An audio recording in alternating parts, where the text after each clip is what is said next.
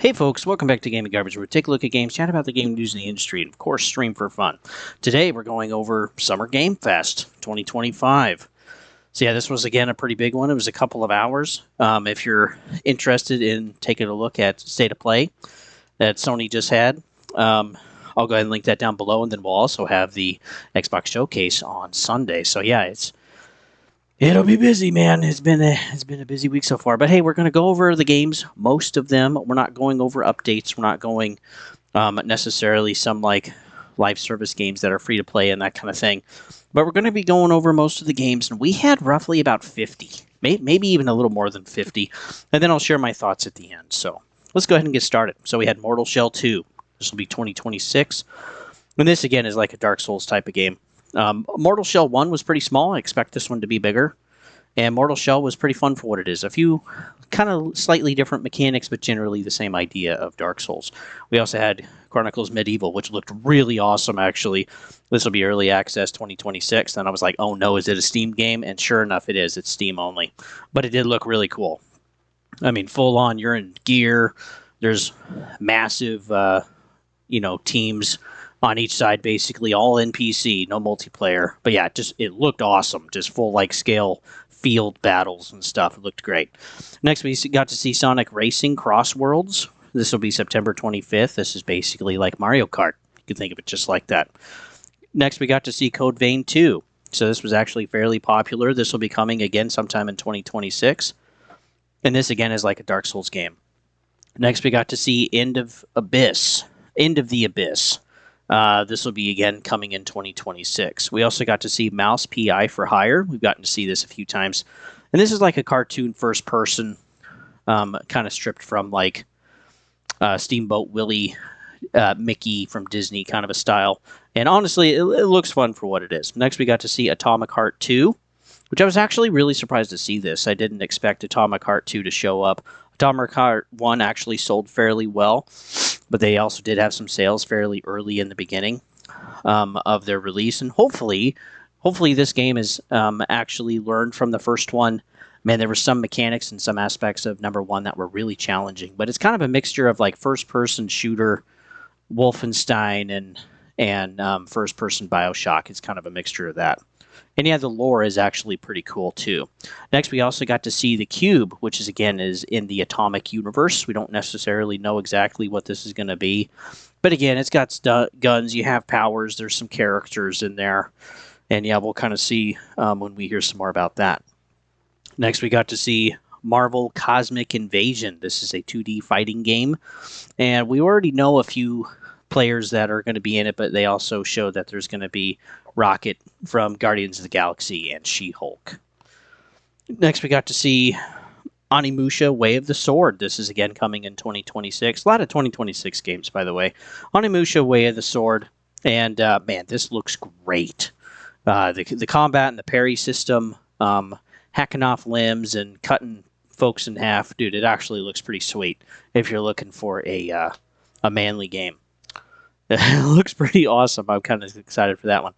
Next, we also got to see Felt That Boxing. This is like a kind of like realistic puppet-looking boxing game where there's going to be some training aspects involved, and then you're going to have your fights throughout. It did actually kind of look interesting, unique for sure. But again, we'll need to see some more actual like gameplay instead of the presentation trailer that they had. Next, we got to see Killer Inn. This is kind of like Dead by Daylight kind of style where you have, and it's kind of like taken and inspired from Clue, the board game. So you have your killers, which there's less of them, and then also the majority of your players are your survivors. And you're trying to figure out exactly who the killers are, or you could think of like Among Us. That would be another great game to that it kind of plays like. It does look fairly realistic. But again, it is a multiplayer game. I don't expect it to be crazy on the graphics. And yeah, some servers might have some issues too. And so yeah, your internet connection will also be important. But yeah, Killer Inn will be coming likely probably 26. We also got to see Arc Raiders. We finally got a release date, October 30th. So if you're into an extraction shooter and you're on console, take a look at Arc Raiders. It was actually done really, really well compared to Marathon for their closed beta. Next, we got to see Dune Awakening. This is June 10th. There's already been a ton of information out there about Dune Awakening, but if you're curious, want some insights, definitely check out Force Gaming. He does a great job. He's played like 250 hours now, and so he's got a lot of time in that game. So yeah, check him out. He's got a lot to say about it. Next, we got to see Chrono Odyssey. There will be a playtest June 20th through the 22nd on Steam, and this again is kind of like a Dark Souls type of style of game, and it looks great. Next, we got to see Wuthering Waves. Again, that's a that'll be another type of style, and again, we're kind of assuming 2026 because we've been hearing about Wuthering Waves actually for a while. Next, we also got to see Mio, which is a kind of like AA kind of style of game. There will be a demo actually out on Steam and Xbox PC, which I'm not entirely sure what that means because yeah, it was Xbox PC, like it was paired. So, oh. Are we going to be learning something during the Xbox showcase on Sunday? Maybe. I don't know. I'll be watching that too and reporting on it. Next, we also got to see Out of Words, which is a co-op journey game. This is coming in 2026. Pretty simple art style. Think of like Unraveled 2 or something like that. Or like It Takes Two. Something in those ways. But yeah, it did actually look pretty fun. Next, we got to see Lego Voyagers. This is kind of the same style. It's a co-op game. Kind of figuring out how to get over there, we're kind of building things as you need and working through the obstacles and the puzzles. Next, we also got to see Nicktoons and the Dice of Destiny. This will be fall 2025. This is like a 2.5D adventure game. Next, we got to see Liza P. Overture, which is the DLC. It's out now, actually, if you want to play it. Liza P. was wonderful. If you actually want to take a look at my review, I'll link that down in the description as well. And but the very end is incredibly challenging. So if you haven't paid for it yet, just understand that the last level is ratcheted up hardcore at the very end. And the last boss fight is skippable. It's that tough. So just to let you guys know. But yeah, there is DLC out now for Overture. Next, we got to see Fractured Blooms. This will be out on Steam. And yeah, wasn't exactly sure what was going on here, but some kind of like horror style kind of environment. Wasn't like an overly big budget, but yeah, it did look kind of interesting. Next, we got to see Seven Deadly Sins Origins, and yeah, that looked okay. Honestly, we didn't have a date.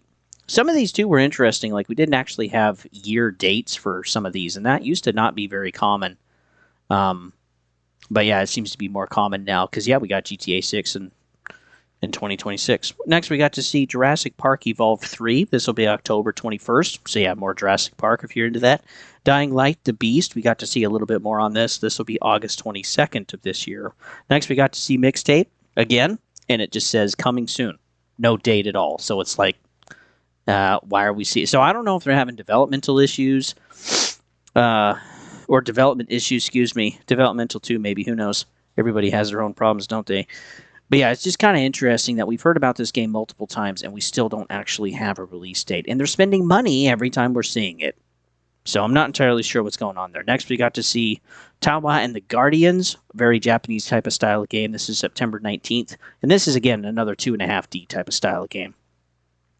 Acts of Blood will be summer of 2026. And this is like a Sifu beat-em-up with guns. It looks fun. Or like if you've played Judgment, that would be another one. That would be pretty close to it. So, or like Yakuza to an extent, like the combat. So yeah, actually kind of interested in this, though it's only on Steam, just to let you guys know. Next, we got to see a Scott Pilgrim game. This is like a side-scroll fighter game. I didn't expect this at all. For those of you that don't know Scott Pilgrim, it's just kind of a niche IP for some people. Excuse me, but yeah, that was actually kind of neat to see.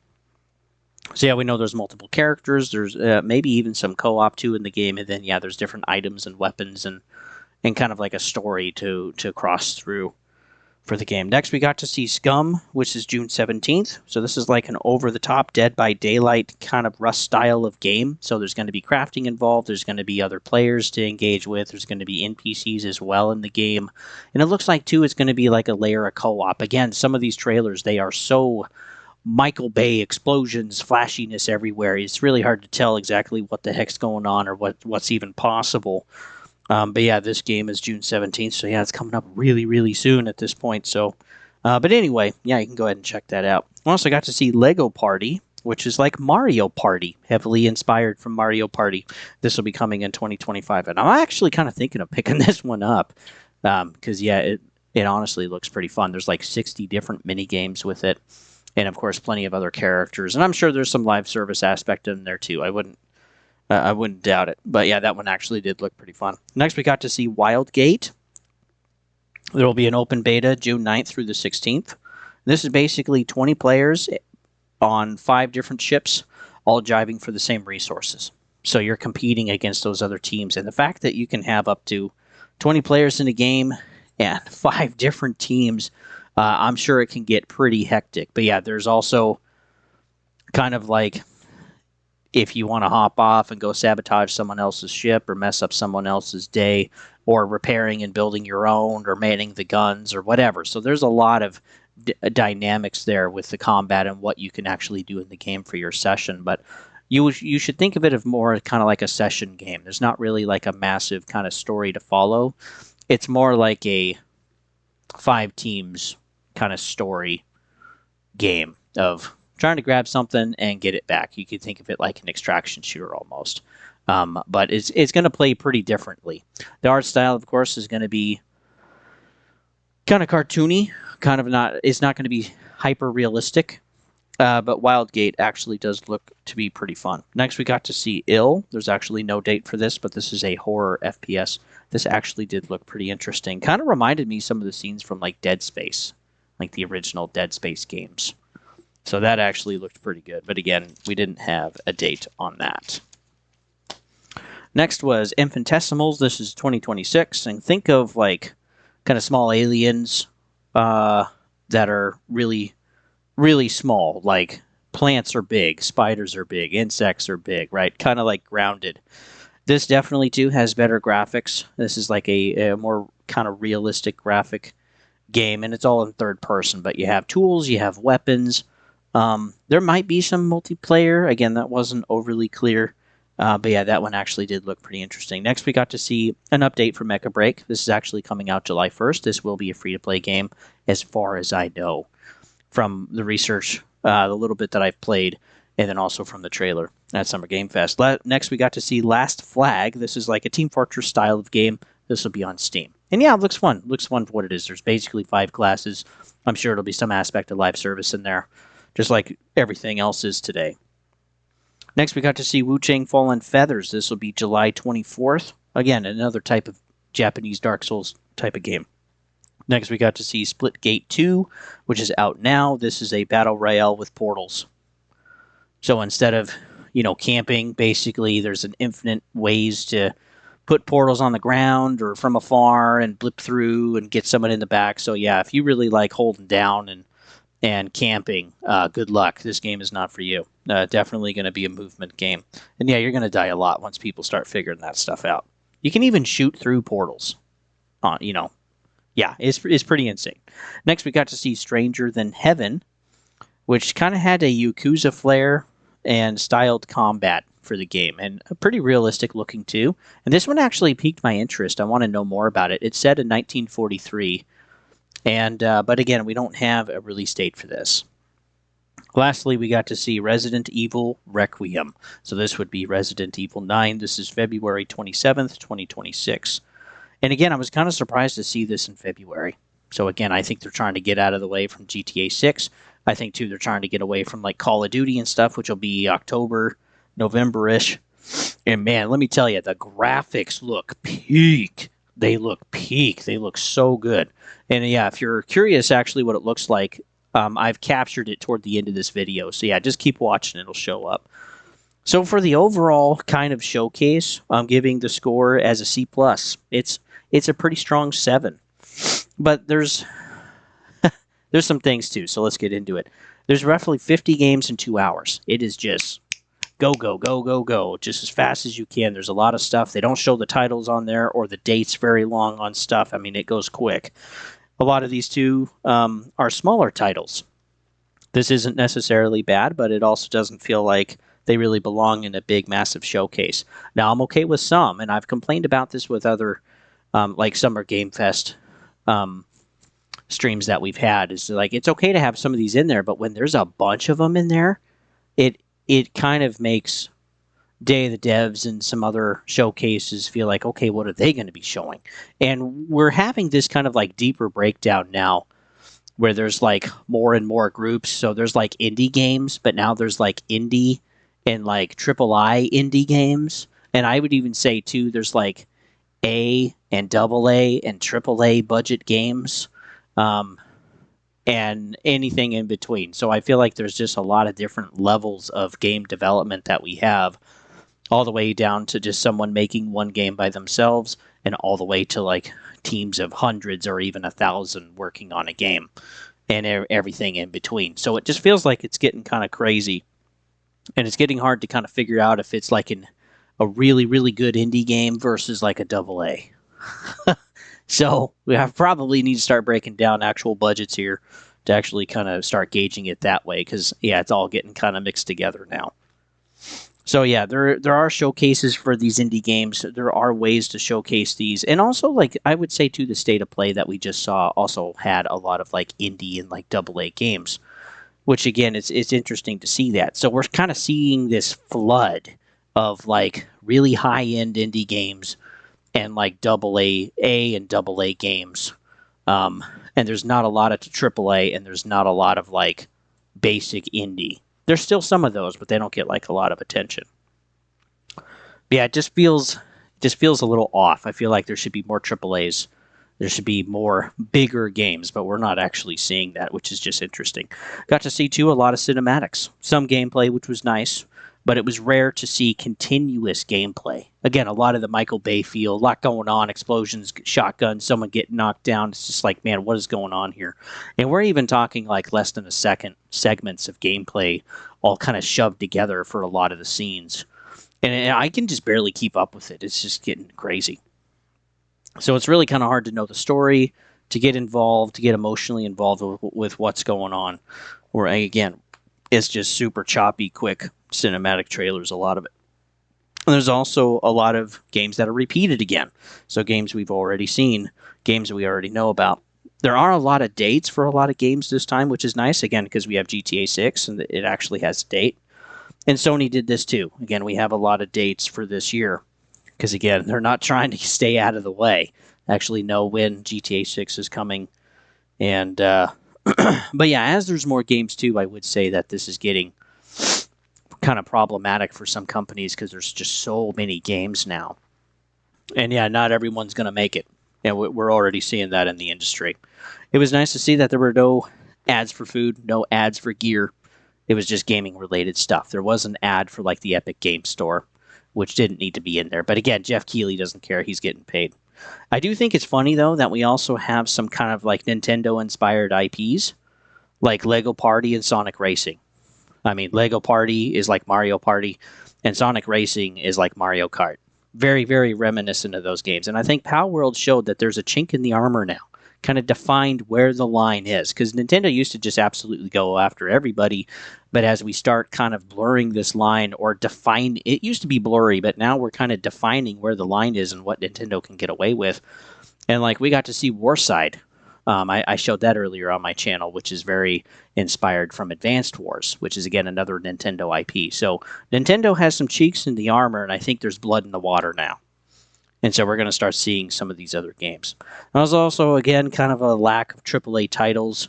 There were really only 2 points where the audience actually got really excited during the showcase, which was Mortal Shell 2, and, of course, at the very beginning and at the very end for Resident Evil 9 Requiem.